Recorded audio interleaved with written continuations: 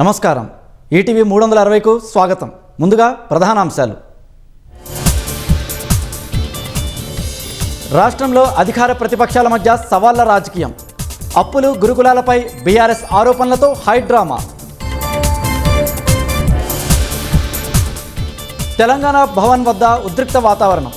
Gun park వెళ్తుండగా హరీష్ రావు సహా BRS నేతల అరెస్ట్. అవినీతికి పాల్పడ్డారు కనుకే అడ్డుకుంటున్నారన్న హరీష్ రావు.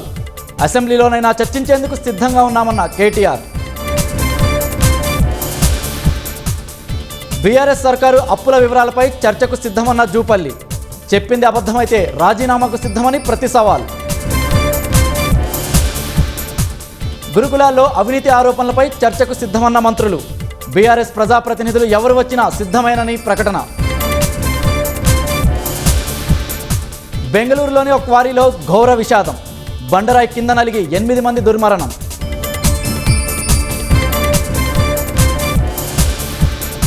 ఉగ్రవాదంపై ఐక్యరాజ్య సమితి వేదికగా గలమెత్తిన భారత్. కలిసికట్టుగా పోరాడాలని ప్రపంచ దేశాలకు పిలుపు.